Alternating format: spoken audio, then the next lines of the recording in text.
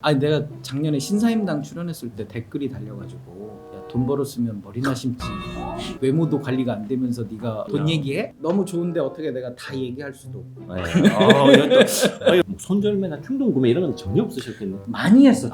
네, 밥 먹듯이 했었죠. 3천만 원을 투자를 이제 처음 시작을 했고 7년 후에 한 8억까지 이어지는. 안녕하세요. 저희는 미정입니다. 저는 20, 30대겐 최고 민수로 활동하고 있고 40, 50대겐은 샌드 타이거 샤크, 한 번 먹이를 물면 놓지 않는다 샌드 타이거 샤크로 활동하고 있는 박민수입니다. 반갑습니다. 반갑습니다. 우리 바쁘신데 나와주셔가지고 네, 바쁩니다. 아니, 진짜 아까 제가 이제 촬영 시작하기 전에 잠깐 이제 근황 토크를 했거든요. 개인적으로. 네네. 정말 바쁘시다고. 하지만 이 보라 TV가 불러준다면 언제든 달려갈 거야. 네. 24시간 대기하고 있겠습니다. 언제든 전화 주시면. 예, 고맙습니다. 주식에 관련돼서 오늘은 주종목, 네. 주식에 관련돼서 좀 이야기를 해주실 텐데 사실 제가 아까 근황 토크를 할 때 여쭤보지 못한 게 있어요. 아 그래요? 네, 샌드 타이거 샤크.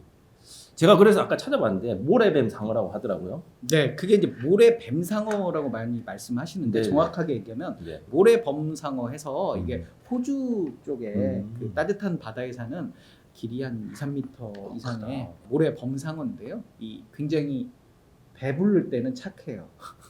배고프면 포악한 그런 친구인데 야, 왜 샌드 타이거 샤크로 필명을 지었냐라는 질문을 하시려고 하신 거잖아요. 역시 방송이. 그래서 첫 번째 이유는 한 번 먹이를 물면 놓지 않는다. 즉 주식 투자라는 게 저의 철학은 그렇거든요. 좋은 종목을 사서 끝까지 가야 된다. 결혼과 비슷하다 저는 항상 생각을 해요. 와이프가 예를 들면 아프다고 해서 버리는 그런 XX가 돼서는 안 되겠다. 끝까지 한번 물고 늘어져서 이겨야 되는 거 아니냐 그랬더니 이말년 선생님이 저한테 그러시더라고요. 근데 왜 주식을 파세요? 이렇게. 팔아야 수익이 나. 그래서 잘 치료해 준 다음에는 좀 팔아도 되는 거 아니냐. 그래서 어찌됐든 한 번 먹이를 물면 놓지 않는다라는 게 첫 번째 투자 어떤 원칙이고요. 두 번째는 상어는 불에가 없어요. 불에. 그렇죠. 항상 헤엄을 쳐야지 불어가 살아남고. 없다 보니까 항상 이렇게 꼬리를 흔들거든요. 흔드는 그런 모습들이 우리가 주식 투자라는 게 자만하면 안 되거든요. 평생 노력하고 열심히 하고 그래도 될까 말까인데 왜 공부를 안 하냐는 거지. 이 방송 들으시는 분은 앞머리를 좀 만져봤으면 좋겠다. 앞머리 한번 만져볼까요? 네. 앞머리. 이 앞머리로 좀 생각을 좀 해라. 전두엽. 그렇지. 전두엽으로 좀 생각을 해서 투자를 해야만 성공하지 않겠느냐. 그래서 평생 노력하라. 그런 의미가 담겨져 있고요. 세 번째로는 동료를 물 정도로 냉혹해요. 아 얘가요? 배고프면 뭐 애미애비도 없어요. 왜냐면 이게 주식 투자라는 게 양보는 미덕이지 않거든요. 내가 500만 원 없어도 돼. 없을 거면 차라리 저를 주세요. 그냥 500만 원의 돈을 5억 원처럼 생각하고 이렇게 잃어서는 안 된다라는 그런 필승의 전략으로 다가서야지. 뭐 안 되면 말고 뭐 손절매하지 뭐 이런 나태한 생각으로 주식시장에 뛰어들어서는 안 된다라는 그런 철학이 있고요.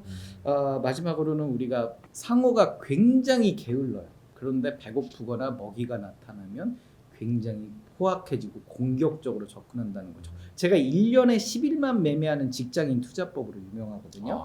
저는 실제로 한 달에 한 번 매매할까 말까 해요. 그렇지만 매매를 할 때는 정말 아무리 급등 그래프라도 공격적으로 매수하는 때가 있거든요. 저평가라는 판단이 들어서면. 그래서 상어의 습관처럼 평소에 이렇게 열심히 이렇게 편안하게 있지만 실제로는 나름 분석하고 하다가 정말 매력적이다 할 때는 공격적으로. 그래서 뭐 직장인이면 직장, 아니면 뭐 음식업을 하면 음식업, 여기에 최선을 다하다가 매력적인 종목이 나타날 때만 공격적으로 하고 단타하지 말자. 매일매일 단타하고 이렇게 하면 사실 인생이 피폐해지거든요. 그런 의미에서 샌드 타이거 샤크, 모래 범상어라는 필명을 지었죠. 아들내미랑 수족관에 가서 이렇게 지나가다가 상어 코너에서 거기에 샌드 타이거 샤크 써 있고 밑에 한 번 먹이를 물면 놓지 않는다라는 문구가 있는데 마치 내 투자 철학을 여기 다 담고 있었구나. 그동안 어디 있었니 이 상어야 이러면서 샌드 타이거 샤크라는 필명을 쓰고 여기까지 온 거죠. 그러면 방금 말씀하신 그 샌드 타이거 샤크라는 필명에 담긴 이제 의미를 말씀해 주셨는데 그 의미를 이 책에 담은 거죠. 저는 그 2018년도에 네. 제가 좀 아팠어요. 음. 그래서 좀 협심증이 한번 왔거든요. 네. 경련성 협심증이 오면서 중환자실에 갑자기 실려갔죠. 그래서 거기에서 이제 퇴원을 하면서 의사 선생님이 이제 조심해라. 잘못하면 좀 안 좋을 수 있으니 라는 얘기를 듣고 나서 내가 언제 죽을지 모르겠다라는 그런 생각이 갑자기 들기 시작한 거죠. 그래서 우리 아들을 위해서 쌍둥이 우리 초등학생인 아들을 쌍둥이. 위해서 아빠가 무언가 남겨줬으면 좋겠다라는 생각이 갑자기 든 거예요. 그래서 3주 동안 하루에 3시간씩 자가면서 이 글을 써내려 간 거죠. 그래서 3주 만에 쓴 그런 저로서는 우리 아들만을 위한, 그래서 지극히 좀 가치 투자 그리고 정직한 투자에 굉장히 포커스를 맞추고, 또 아빠가 지난 10여 년 동안 이렇게 하니 이렇게 돈을 벌었다라는 그런 노하우들을 응축해서 실전 투자형으로 사실 한 거죠. 그래서 무언가 정말 이 책을 읽고 주식 투자할 수 있는 그런 알맹이만을 좀 아들에게 주자. 그 자녀를 생각하는 마음이 담겨 있다 보니까 굉장히 이제 이 엑기스만 딱 담은 그런 느낌? 그렇죠. 이제 일단은 우리 초등학교 우리 아들들이 읽기에 좀 어렵지 않았으면 좋겠고, 사실 좀 쉬웠어요. 그러니까 이제 제가 많이 알아서 쉽다는 게 아니라 되게 쉬운 말로 풀이를 해주셨어요. 그래서 이제 우리 아들내미가 읽어서 좀 어려우면 안 되니까 좀 이 용어들도 좀 많이 순화해서 좀 낮췄고요. 그 다음에 좀 쉽게 쓰려고 되게 많이 했고, 3주 동안 쓰다 보니까 이 연결고리가 좀 편한 거죠. 근데 초등학교 우리 아들이 주식 투자를 처음 접하는데 어렵다고 느낄 수가 있어서 이걸 스토리텔링 방식으로 하나의 소설을 앞에 붙여주면 우리 아들이 이해하기 쉽지 않을까. 그래서 이제 제가 소설을 하나 쓴 거죠. 가상의 타이거 샤크 그 전자를 세워서 어떻게 상장하고 나중에 상장 폐지까지 이어가면서 주요 용어들을 설명을 해주니까, 아하, 우리 아들이 이렇게 해서 주식 투자를 해서 이 용어는 이때 필요한 거구나라는 관점으로 쉽게 접근하자. 그러다 보니까 이렇게 그 스토리텔링을 다룬 책이 없더라고요. 솔직히 네. 제가 앞부분에 그 샤크 전자 이야기가 있는데 요럴 때 이렇게 사용되는구나 쫙 이어지는, 이게 어떻게 보면 회사의 생명 주기에 따라 이어지니까 그렇죠. 되게 좋더라고요. 제가 이제 그거는 너무 좋은데 어떻게 내가 다 얘기할 수도 없고. 네. 이거 방송 욕심이 또 강하신데. 네, 그러면 네. 이제 사실 이 책에 제가 봤을 때 이 책의 핵심은 이제 다른 방송에서도 많이 말씀을 하셨는데, 좋은 종목을 선택하는 10단계 분석법이 있잖아요. 사실 대부분 알겠어요. 이게 어떤 의미고 어떤 의미고 어떤 의미고.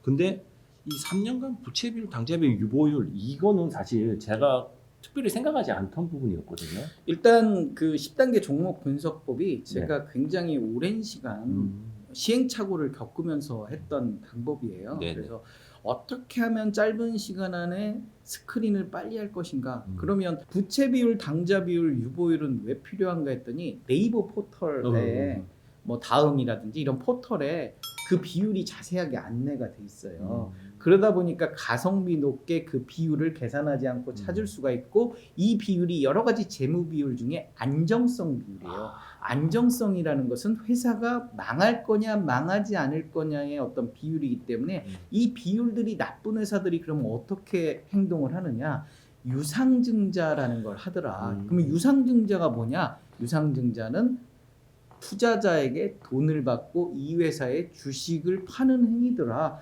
주식을 파는 행위가 뭐가 나쁘냐? 그죠. 주식을 팔게 되면 주가가 내려가더라. 왜 주가가 내려가느냐? 시가총액이라는 개념이 있더라. 시가총액은 뭐냐? 주식수 곱하기 주가인데, 예를 들면 10,000원짜리 주식 10주면 시가총액은 10만 원이더라. 근데 동일한 시가총액 10만 원을 유지하면서 주식수가 10주에서 20주가 된다면 주가는 5,000원이 돼야 동일한 시가총액 10만 원 아니냐. 나는 아무 짓도 안 했는데 회사가 유상증자라는 걸 해서 내 주가를 반토막을 내놓는 이런 행동들이 되게 많이 있더라. 많죠. 그래서 이런 회사들은 내가 최소한 투자하지 말아야 되지 않겠느냐라는 측면에서 첫 번째 단계에서 단기 순손실 기업들, 적자 나는 기업들을 피한 다음에 두 번째 단계에서 부채 비율, 당좌 비율, 유보율에서 그런 기업들을 한 번 더 걸러내면 웬만한 기업들은 적자로 아니면 부실해서 유상증자라는 걸 안 하더라. 그러면 내가 투자하고 실수해서 손해 중이더라도 추가 매수 전략으로 끝까지 물고 늘어져서 단돈 1원이라도 수익 낼 수 있지 않겠느냐라는 측면에서 부채 비율, 당좌 비율, 유보율을 보자라고 이야기를 하는 거죠. 저는 주식 투자가 심플하게 아까 말씀드렸듯이 주식 수가 늘 거냐 안 늘 거냐 이거에 포인트를 맞추면 되게 투자가 쉬운 거죠. 그래서 안전한 그런 투자 방법을 이야기를 하는 거죠. 그러니까 우리 이제 작가님 말씀하신 투자의 가장 첫 번째 원칙은 뭐 많이 벌고 적게 벌고는 둘째고 잃지 않는 안전한 투자를 하자. 그렇죠. 네. 그러니까 가치 투자라는 건 두 가지 관점이에요. 첫 번째는 리스크를 낮추는 거. 그게 가장 중요하고요. 이 리스크만 낮추면 정말 편해요. 그러니까 유상증자나 상장 폐지가 없다는 것만으로도 너무 마음이 편한 거죠.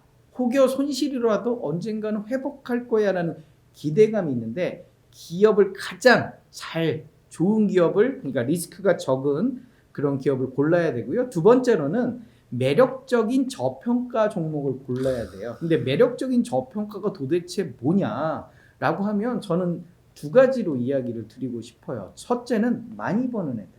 돈을 많이 버는 애들이 일단 좋아요. 앞으로 돈을 더 많이 벌면 더 좋고. 그래서 실적이 개선되는 기업이 첫 번째고 두 번째는 배당을 많이 주는 기업들. 그러니까 배당이라는 건 우리가 은행에서 이자 받는다 생각하면 되는데요.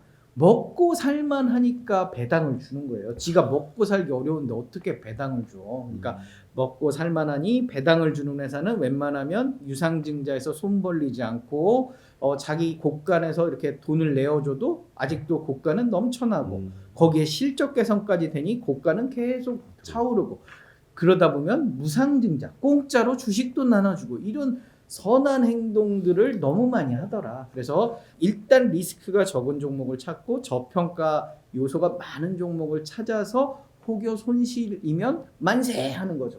고마워. 나에게 싸게 살 수 있어서. 저가 매수의 기회. 백화점에서 10,000원에 팔던 옷을 1+1으로 파는 거예요. 바로, 5,000원에 파는 거예요. 바로 사야지. 바로 사야죠. 근데 왜 우리 주식은 10,000원짜리가 5,000원이 됐을 때 왜 안 사는 거야? 더 내려갈까봐 무서워. 오히려 파는 거예요. 더 내려갈까봐. 더 내려갈까? 공포심이거든. 그 공포심의 근원은 뭐냐면 내 아까 머리 있잖아요. 머리에서 합리적으로 판단을 안 해서 그런 거죠.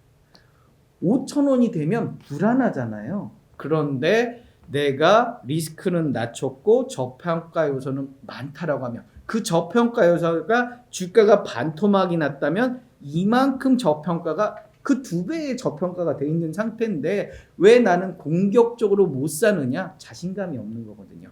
그래서 자신감을 높이기 위해서 리스크 낮추고 저평가 요소를 잡아서 이런 종목을 246점법 20%, 40%, 60% 빠졌을 때마다 공격적으로 사자. 그리고 마이너스 60%가 되면 인생을 한번 걸어보자.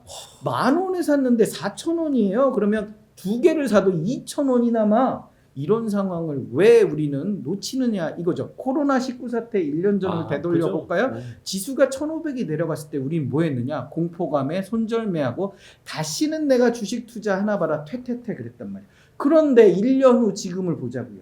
지수만 2배가 올랐어. 그러면 개별 종목은 2배 이상 오른 종목들이 수두룩하다는 말도 안 거죠. 되죠. 엄청 많죠. 그런데 왜 우리는 그때 못 1년 후를 못 내다보냐는 거죠. 정 어렵다 그러면 고배당주만이라도 투자를 하거나 아니면 ETF 중심으로 투자를 하면 246점법 20%, 40%, 60%대마다 추가 매수하면 혹여 실수는 있어도 실패는 없다. 우리가 이렇게 바라볼 수 있는 거죠. 그러면 사실 246 전법인데 사실 마이너스 20대면 웬만한 사람 버티기 어렵거든요. 근데 네. 그거에 대해서 이제 내가 충분히 이제 이 종목을 선택을 할 때 잘 공부를 하고 리스크가 최소화된 종목을 선택을 했기 때문에 버티는 거고. 내가 사실 합리적인 이유에 대한 자신감이 없을 수도 있잖아요. 그러면 나에게 가장 가까운 사람한테 그 이유를 설명을 해보세요. 그래서 저는 옛날에 제 와이프에게 설명을 했어요. 이 종목 이래서 내가 사야 될 것 같은데 너 내가 말하는 게 설득이 돼? 라고 했거든요. 남을 먼저 설득을 하려면 굉장히 합리적이어야 돼요. 그 설득 자체가 그 상대방이 고개를 끄덕끄덕 할 정도면 보통의 가치관으로 다 합리적으로 생각할 수 있는 그런 부분들이거든요. 단점은 그분이 이제 투자를 하신다는 거. 그래서 제 와이프도 저의 그 상담을 듣고 투자를 하셨더라고요. 그래서 나중에 보니까 부자가 돼 있으시더라고요. 그래서 그런 어떤 이 나를 설득하고 남을 설득하는. 그래서 주식 투자하기 전에 분석하기 전에 저는 항상 앞머리를 한번 만져봐라. 앞머리 만져보고 내가 생각했어? 내가 고민했어? 그래 고민했어. 그러면 와이프를 불러서 이렇게 해서 내가 살 건데 괜찮아? 고개 끄덕끄덕. 그러면 투자가 들어가는 거죠. 투자를 100% 하는 게 아니라 최대 50%만. 그럼에도 불구하고 실수할 수 있으니까. 그럼에도 불구하고 시장은 내릴 수 있으니까. 그래서 혹여머른 실수를 위해서 일정 금액은 또 남겨주자. 그래서 제가 이제 주로 433 전법이라고 많이 하거든요. 축구 감독이 되라. 공격수, 미드필더, 수비진을 구성을 하는데 상대방이 강팀이야. 그러면 공격수는 한 2명 넣고 미드필더는 한 3명 넣고 수비진 한 5명 세워. 이런 전략이 가능할 수 있고 상대방이 만만해. 좋아 그러면 공격수 5, 미드필더 3, 수비 2. 그래도 이길 것 같아. 이런 투자 전략이 가능하다는 거죠. 먼저 상대방이 강하다. 이거는 변동성이 심한 약세장이거나 아니면 변동성 장에서는 일단 좀 리스크를 축소해야 되잖아요. 그러면 공격수를 좀 줄이는 그런 투자 전략이고 앞으로 강세장으로 갈 것 같다. 그리고 좋은 내가 시그널이 있을 것 같다. 그러면 좀 더 공격적으로 하는 거죠. 그래서 공격수는 지금 당장 뜨거운 종목들, 미드필더지는 6개월이나 1년 후 조금 천천히 가는 종목들, 아니면 변동성이 아주 적은 저변동성 종목들을 미드필더진에 배치하고, 그러면 후방 수비수는 일단 현금이에요. 혹여모를 실수에 대비한 현금, 또는 나는 배당주가 나의 어떤 방어다. 조금 더 공격적인 투자되면 그럼 배당주를 수비진에 배치를 하는 그런 투자 전략. 그러면서 이 비율을 조절해 가면서 내가 대응을 하다 보면 적절한 시기에 축구 감독처럼 이번에는 아주 뜨거운 종목이 강하게 갈 것 같으니까 공격진 앞으로 이런 투자 전략이 가능하다라고 말씀을 드릴 수가 있는 거죠. 그래서 결론은 내 생각이 가장 중요해요. 내 생각을 하지 않고 남의 생각으로 투자하면 불안하고 공포심이 많고 조그만한 수익에도 흔들리는데, 그리고 혹여모를 실수에 손절매 뿐인데 내가 강한 믿음이 있으면 오히려 손해는 더 좋아. 고마워. 손해나 줘서 라고 쿨하게 인정할 수 있는 그런 방법들. 그래서 제가 이 자리까지 올 수 있는 비결을 남들이 많이 물어보면 손해에 내가 어떻게 대처를 했는가, 그리고 기업 분석에 어떻게 대처했는가, 그 두 가지가 저를 이 자리까지 오게 하지 않았나 싶습니다. 그럼 우리 작가님은 그 이제 처음 시작하실 때 뭐 손절매나 충동 구매 이런 건 전혀 없으셨겠네. 많이 했었죠. 네, 뭐 밥 먹듯이 했었죠. 그래서 일상이 흔들릴 정도로 많이 했었는데요. 주식 투자를 한번 잘해보자. 그래서 방법은 잘 모르겠는 거예요. 그래서 교보문고에 갔죠.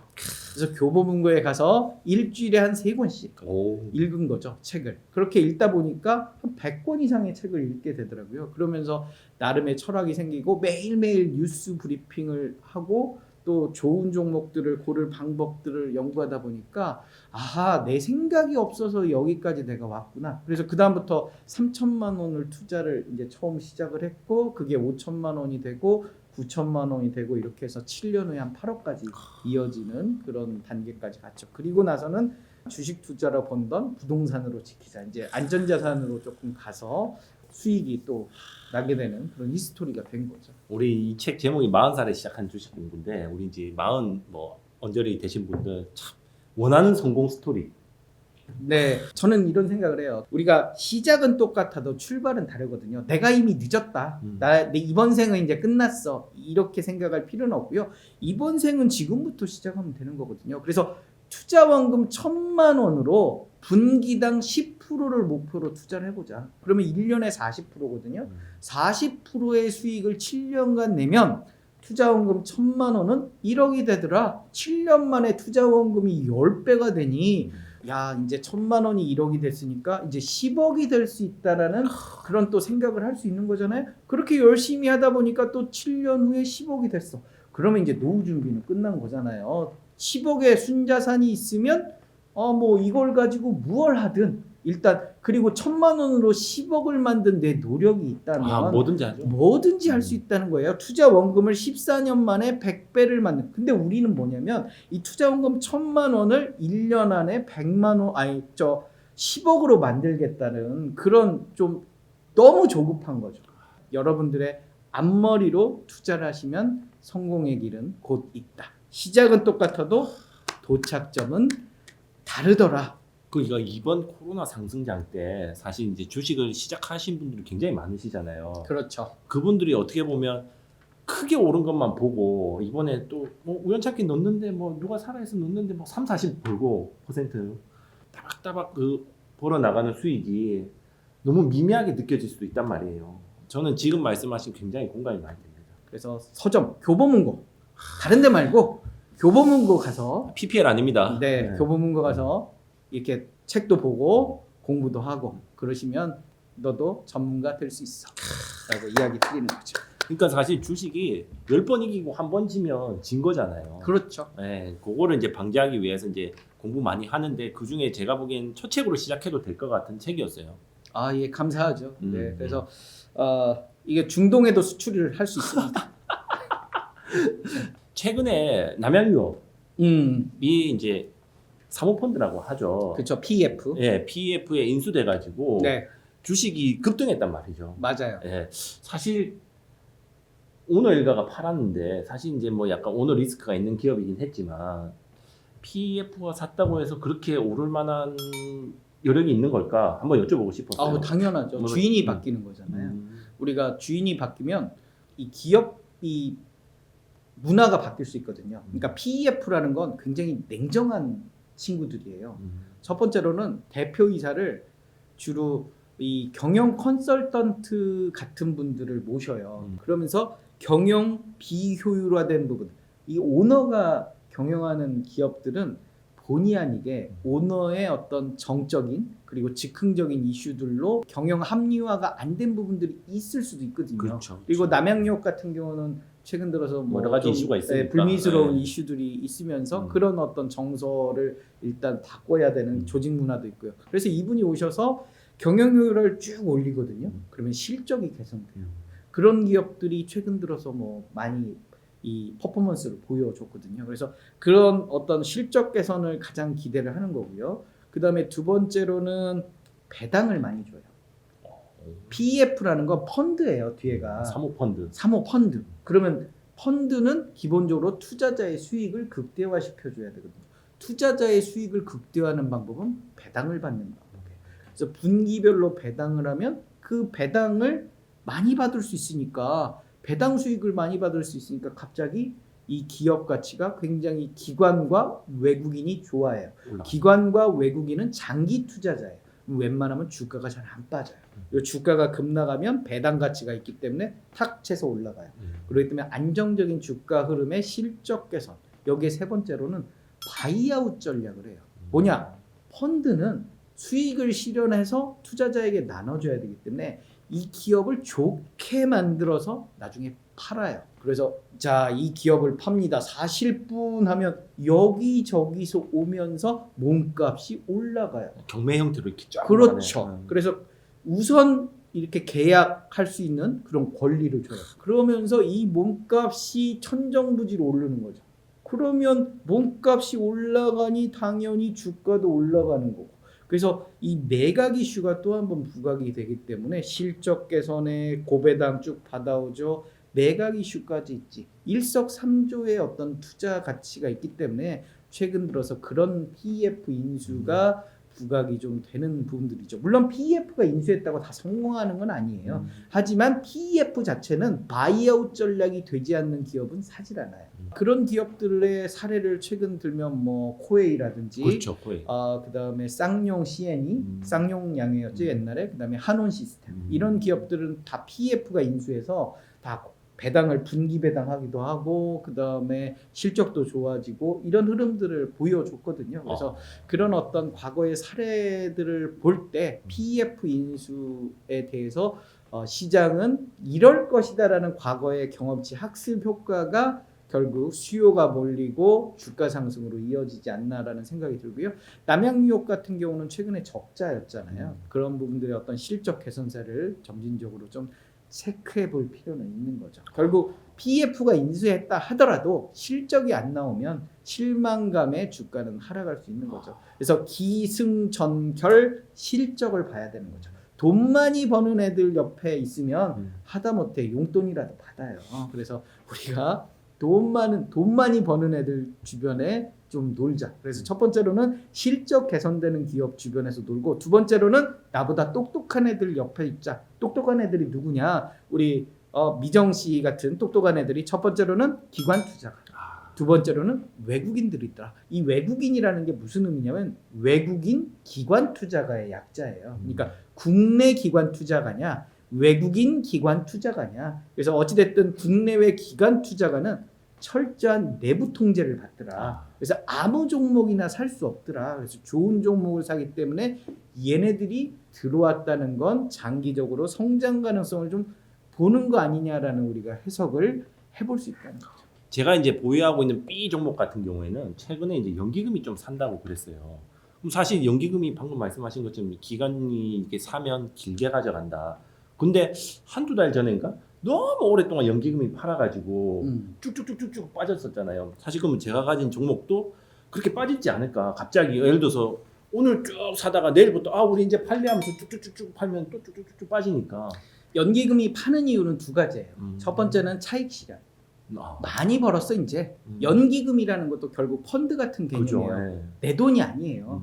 국민들이 맡긴 돈이거나 특정한 공공기관이 맡긴 돈을 대신해서 운영해주는 그런 건데, 얘네들이 일단 한없이 들고 있을 수는 없잖아요. 없죠. 차익 실현을 하는 거예요. 차익 실현을 하면 그 어떤 좋은 종목도 내릴 수밖에 없는 거죠.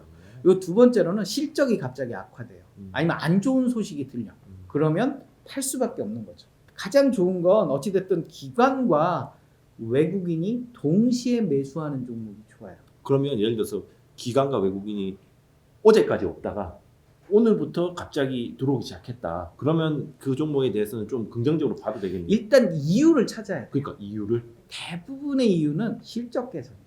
첫 번째는 실적 개선이거나 두 번째로는 주요 지수에 편입되는 거예요. MSCI나 뭐 FTSE 그런 글로벌 지수하고 아니면 우리 코스피 이런 지수에 편입이 되기 때문에 얘네들이 이렇게 들어오는 그런 경우들도 있을 수 있고요. 실적이 개선된다는 아니면 업황이 개선된다는 얘기에 미리 들어오는, 우리보다 한 발 앞서서 정보력이 많기 때문에 업황이 좋아진다는데 개별 기업 다 좋아지는 거 아니야? 그러면서 미리 들어와서 딱 선점하고 기다리면 이렇게 주가가 올라가면 뒤늦게 들어오는 친구들에게 이렇게 물려주고 나오는 그런 방법들이 있기 때문에 기관과 외국인이 순매수하는 종목에 좀 집중을 하면 좋고요. 이런 것들은 뉴스에 우리가 데일리로 체크나 위클리로 체크를 하다 보면 그런 상위 종목들이 나와요. 항상 이야기를 하더라고요. 그렇죠. 그래서 이렇게 도표로 해서 통계 기사들이 있기 때문에 그거를 이제 프린트해서 이렇게 보시면 주기적으로 아니면 갑자기 없다가 이렇게 나오는 종목들은 좀 관심을,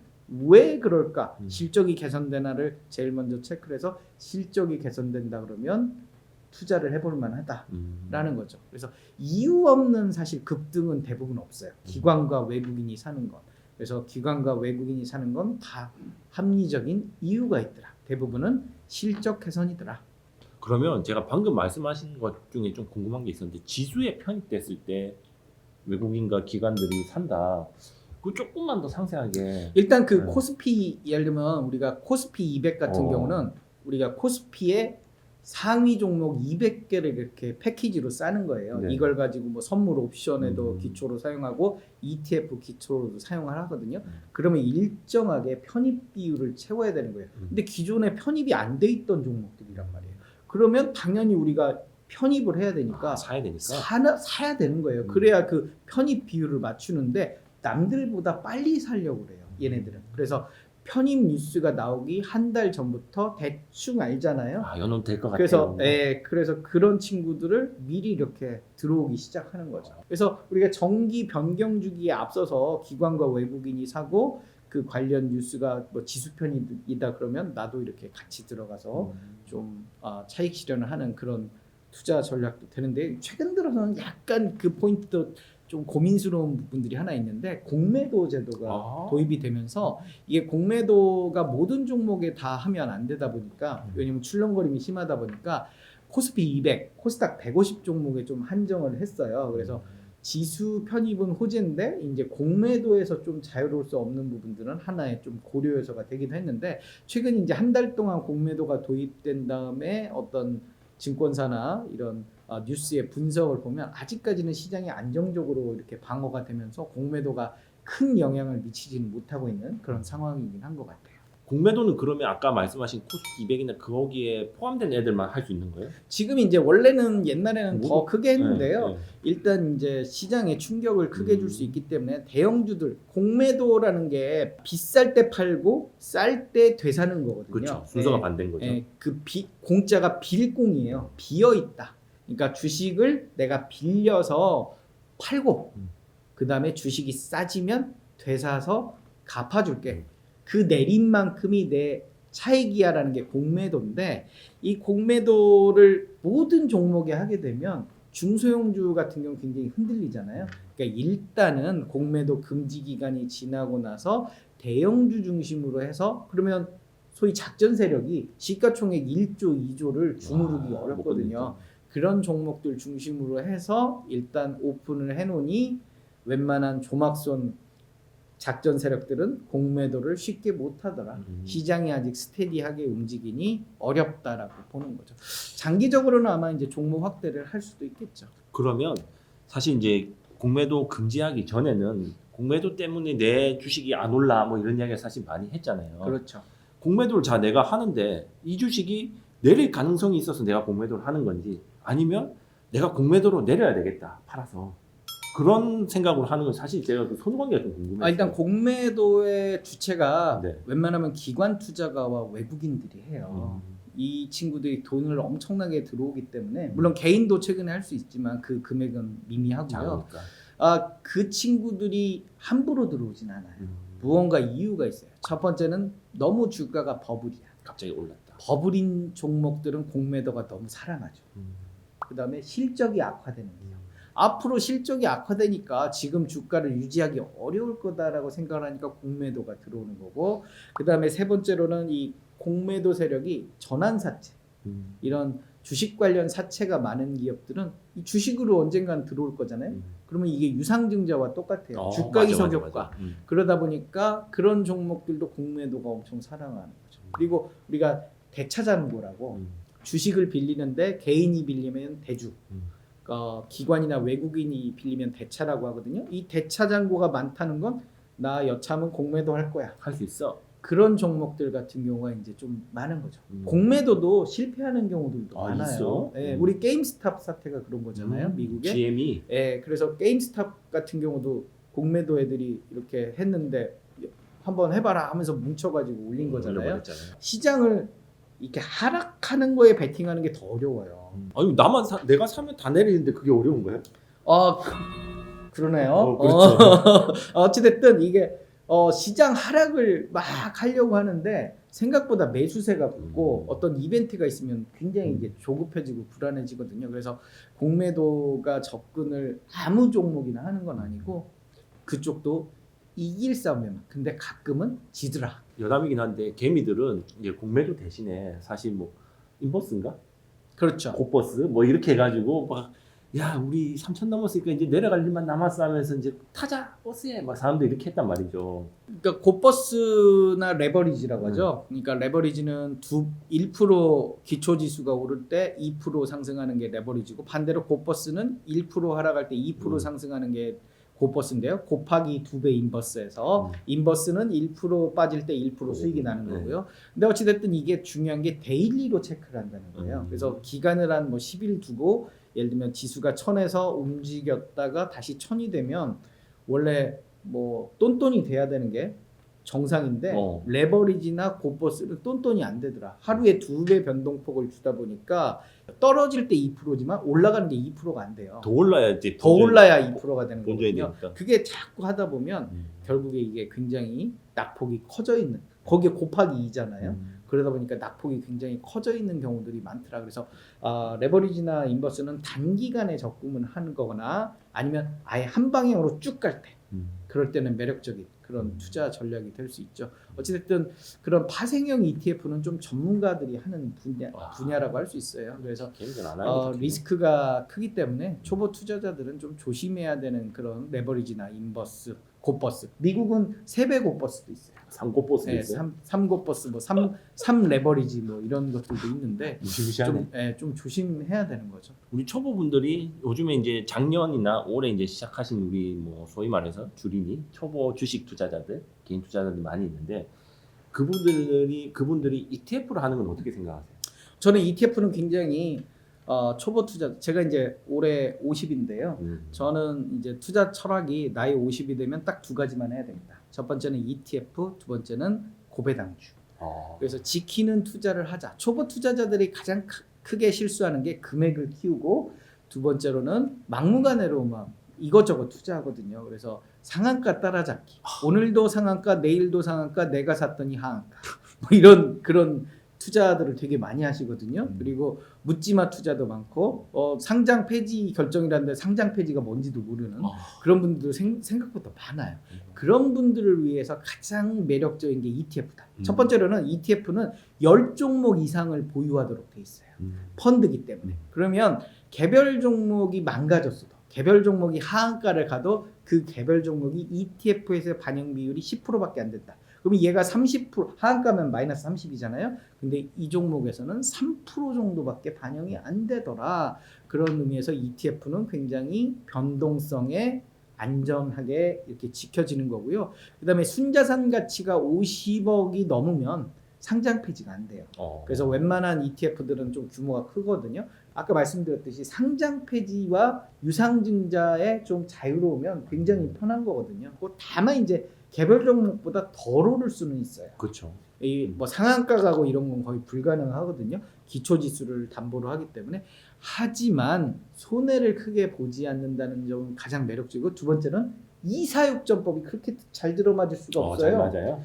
상장 폐지가 없고 유상증자가 없으니 내가 10,000원에 샀는데 8,000원이 되면 더 사면 되는 거고 마이너스 60%대 저는 공격적으로 한번 사볼 수가 있는 거 아니냐라는 측면에서 좀 좋지 않나. 가장 안전한 그런 투자 전략이 이 ETF가 아닐까라고 생각을 해요.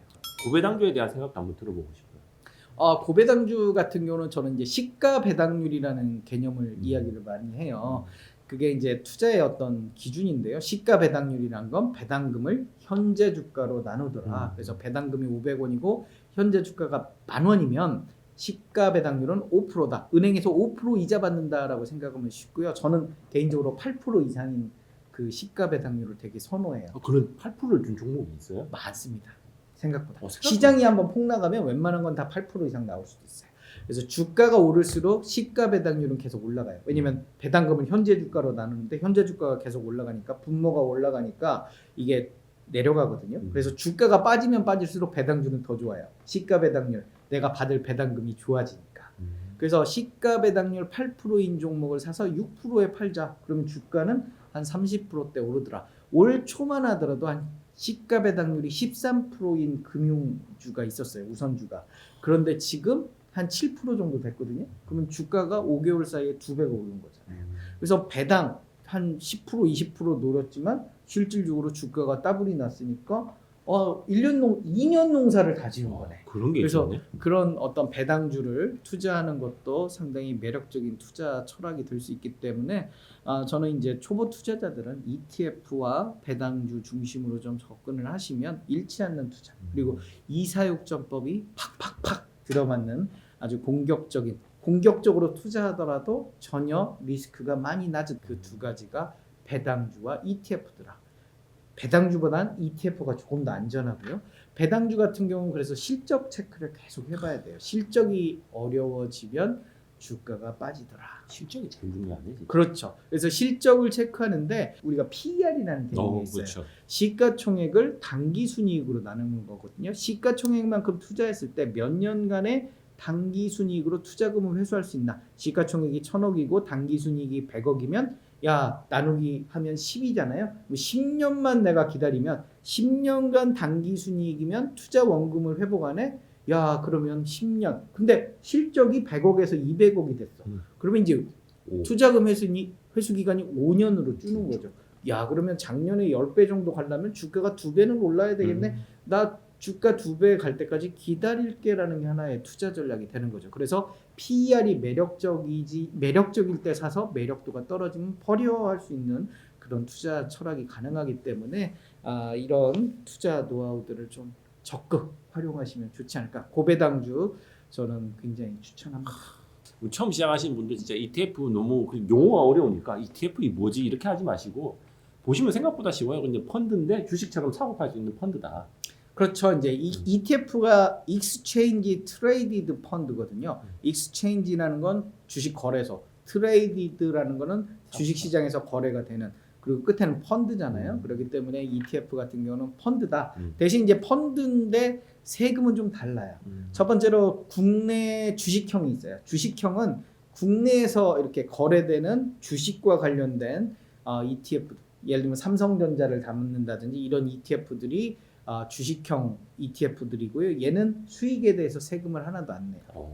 하지만 기타형 ETF, 그러니까 우리 주식시장에서 거래가 안 되는 그런 ETF들, 예를 들면 뭐 미국 나스닥 뭐 반도체와 관련된 ETF라든지 이런 것들은 수익에 대해서 15.4% 세금 내야 돼요. 많이 내네. 2천만 원까지만.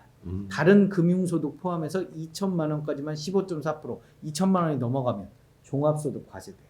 그러니까 내 월급에 합산이 되다 보니까 고액 소득자들은 뭐 세금을 40% 50%까지 수익에 대해서 낼 수가 있는 거죠. 그래서 주식 계좌에서는 웬만하면 주식형 ETF 중심으로 하시는 거고요. 우리가 연금 계좌가 있어요. 퇴직연금, 뭐 개인연금, DC형, 뭐 IRP, 그다음에 개인연금 이런 것들은 ETF 투자가 가능해요. 그래서 ETF 투자가 어떤 메리트가 있냐면 기타형 ETF를 사고 매도를 해도 15.4%를 당장 안 내요. 이거를 이제 절세 효과, 뭐 과세 이연이라고 하는데요. 언제 내느냐? 55세 때 연금 찾을 때 그때 3.3%에서 5.5% 나이에 따라 주더라. 해외 ETF도 있잖아요. 해외 시장에 상장된 그거는 22% 일괄해서 많이 뗀다. 분리과세야 대신. 예를 들면 5천만 원을 수익이 났다. 그러면 우리나라는 오히려 소득이 많은 분은 더 많이 낼 수도 있어요. 22%보다. 그래서 그냥 5천만 원을 쿨하게 22%만 뗄게 하는 건 또 해외 ETF, 해외 시장에 상장된 ETF들이 있는데 이것들은 또 환율의 또 변동성이 좀 있기 때문에 그런 부분들도 좀 고려를 해서 뭐 국내 주식형을 할 거냐, 국내 기타형을 할 거냐, 해외 상장된 ETF를 할 거냐 이렇게 세 종류를 여러분들이 구미에 맞게 나의 투자 철학에 맞게 고민을 해보시면 되지 않을까 싶어요. 좋습니다. 시간이 뭐 벌써 이렇게 돼가지고 제가 요 질문 마지막으로 하나만 드리면서 마무리 한번 드릴게요. 사실 이제 우리 처음 주식을 시작하시는 분들한테 사실 제일 어려운 게 종목 선정이나 이런 것은 뭐 당연히 어려운데 그거는 옆에서 누가 뭐 야 이거 뭐 사봐 뭐 이렇게 해줄 수는 있단 말이죠. 조언해주는 뭐 유튜브도 많고 전문가들도 많은데 제일 어려운 게 이 분할 매수와 분할 매도 이게 손이 안 가요. 내가 지금 이거를 뭐 예를 들어서 나가 지금 1,000만 원을 운영할 수 있는데 내가 이걸 1,000만 원치 안 사면 그냥 날아가 버릴 것 같아. 내가 200만 원치만 사면 800만 원치 내가 못 산 거는 기회 손실 같아. 그거에 대해서 한 말씀만 좀 해주세요. 일단 저는 이사육전법을 항상 강조를 드리고요. 웬만하면 10% 미만 손해는 물타기 하지 마라. 추가 매수하지 마라. 왜냐 혹여모를 큰 손실에 내가 돈이 없더라. 그래서 10% 그래서 이사육전법 이게 가장 기본으로 하고 예를 들면 너무 저평가다 그러면 1, 2, 3전법을 하는 거죠. 10%, 20%, 30%. 근데 처음부터 너무 버블이 좀 껴있다. 그러면 30% 그때 마이너스 30%일 때 사고 마이너스 50%일 때 사고 마이너스 60%일 때 사고 이런 투자 전략이 가능하고요. 매수하기 전에 미리 분할 매수 계획을 세워둬야 되는 거죠. 그래서 내가 1,000만 원을 사고 싶은데 1,000만 원을 다 사는 게 아니고 한 500만 원만 사고 버블이 껴있다 그러면 한 300만 원 사고 안 사는 건 아닌 것 같아요. 내가 이제 매력적이다 생각했는데 이게 좀 버블이냐 아니냐를 따져서 300만 원에서 500만 원을 좀 사고 그 다음에는 이제 내가 미리 정한 그런 기준에 따라서 분할 매수 전략을 하면 심리적인 흔들림 없이 내가 접근할 수 있다. 그리고 두 번째로는 분할 매도도 일단 저는 이제 미래 PER이라는 것과 시가 배당률 기준으로 매도 관점을 접근하거든요. 그래서 예를 들면 미래 PER이 5배인 종목을 사서 나는 한 8배일 때 팔 거야 라는 게 하나의 매도 관점이 되는 거고요. 시가 배당률 8%에 사서 6%에 팔 거야. 이것도 하나의 매도 관점이 되고요. 또 특정한 뉴스가 나오는 날을 대비해서 매도 관점을 접근하는 경우도 있어요. 뭐냐? 우리가 증시 격언에 뉴스에 팔아라 그러거든요. 그러니까 뉴스에 팔아라는 말은 뭐냐면 더 나올 뉴스가 없으니 팔아라라는 거예요. 더 나올 좋은 뉴스가 있는데 왜 팔아? 더 나올 뉴스가 없는 뉴스의 정점에 파는 거거든요. 그런데 나는 조금 더 가지 않을까라는 그런 불안감이 있다는 거죠. 그럴 때에는 반만 팔아라. 그게 제일 어려워요. 반을 팔고 그 다음에 이제 반은 모험을 좀 거는 거죠. 혹여 더 오르면 더 올라서 좋은 거야. 나머지 반이. 떨어지면 아까 거 잘 팔았어. 이렇게 마음을 먹으면 좋은데 어떻게 해야 되냐면 다 팔아요. 그리고 시세판을 또 뚫어져라 쳐다봐. 판 종목 또 보는 거죠? 판 종목을 계속 봐. 그리고 한 5% 오르면 속상해. 아프죠. 내가 그렇지 뭐. 내가 팔면 오르지. 네, 내가 이미 30%를 벌었는데 내가 지금 팔았으면 500만 원 더 벌었는데 난 왜 이 모양이냐 이러면서 자책을 해요. 그리고 플러스 5%에 또 사. 근데 원금만 사는 게 아니라 이자 아까 그 수익 난 것까지 다 사. 그때부터 또 꺾이는 거죠. 그러니까 정점이 그 플러스 5% 난 때 정점인 거지. 그래서 결국 실수하더라. 그럴 바에는 이 추가 매수를 방지하기 위해서 한번 팔고 그 다음 나머지 반은 조금 더 공격적으로 기다려보는 그런 투자 철학이 좋지 않... 만약에 꺾였어요 많이 그러면 아까 판 걸로 다시 사면 돼. 그렇기 때문에 좋은 그런 분할 매도 전략이 좋지 않을까라고 생각을 해요. 나는 완벽할 수가 없어요. 신이라고 생각하는데 신이 아니에요. 잘못하면 오 마이 갓만 우리가 외칠 수 있거든요. 그래서 내가 실수할 수 있다. 그거에 대비해서 항상 분할 매수, 분할 매도 관점으로 접근하면 투자가 쉽지 않겠느냐. 그리고 목표가를 너무 연연하지 마라. 목표가를 연연할 필요 없이 기존에 내가 샀던 종목보다 더 좋은 종목이 나와요. 분석을 통해서.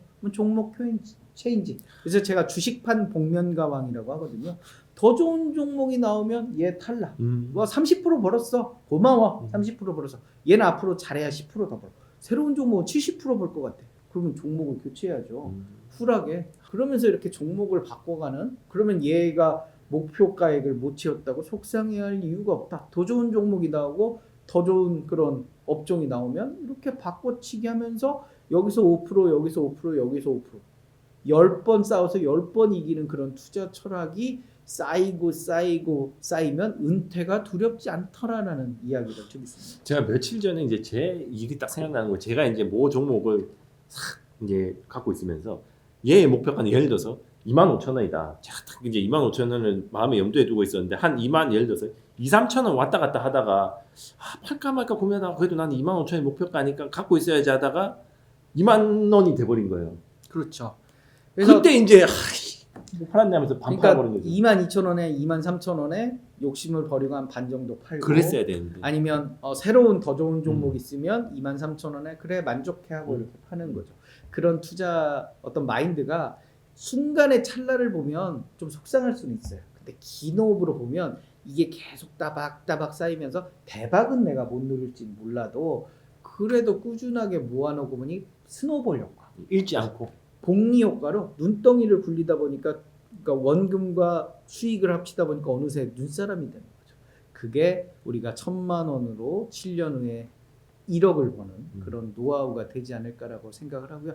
조바심 갖지 말고 공포심 갖지 말고 천천히 분석해서 내 앞머리로 분석하다 보면 출발점은 동일하나 도착점은 내가 다를 것이다. 차근차근 이 노력들을 이어가면 언젠가는 이게 쌓여서 내가 탁 보면 탁 보면 탁 하는 그런 투자 고수가 돼서 이 자리에 앉을 수 있다라고 말씀을 드리고 비워놓겠습니다. 따뜻하게 데워놨거든요. 언제든지 여기 오셔서 앉아서 이렇게 우리 미정 씨와 단둘이 이야기하면 좋지 않을까.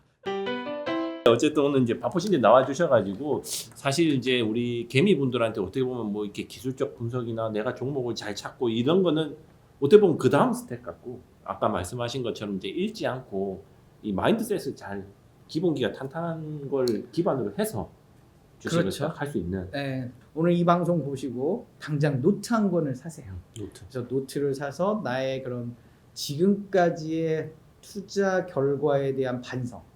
나는 왜 이렇게 살았을까? 내가 얘는 충동 구매했어. 네, 나는 왜 지금까지 이렇게 살았지? 신세한타는 거기까지. 그리고 그 다음 장부터는 내가 어떻게 살아야 되겠다라는 목표와 구체적인 계획들을 세워나가면서 차근차근 계획들을 실천해 가는 거죠. 그래서 부자가 되는 방법은 별게 없어요. 내가 목표를 이렇게 계속 세우고 이 목표를 달성하면 다음 목표를 위해 뛰어가고 다음 목표로 해서 어떤 구체적인 계획을 세울지 그렇게 이동하는 거고요. 저는 개인적으로 버킷리스트를 하나 꼭 둬라. 돈을 벌면 뭐예요? 이거 쌓아놓으면 뭐 할 거야? 내 인생에 즐거움이 없으면 이거는 노동이에요. 그래서 돈을 벌어서 내가 어떻게 즐겁게 행복하게 살 거냐. 저의 버킷리스트 1번은 트로트 싱글을 내는 거예요.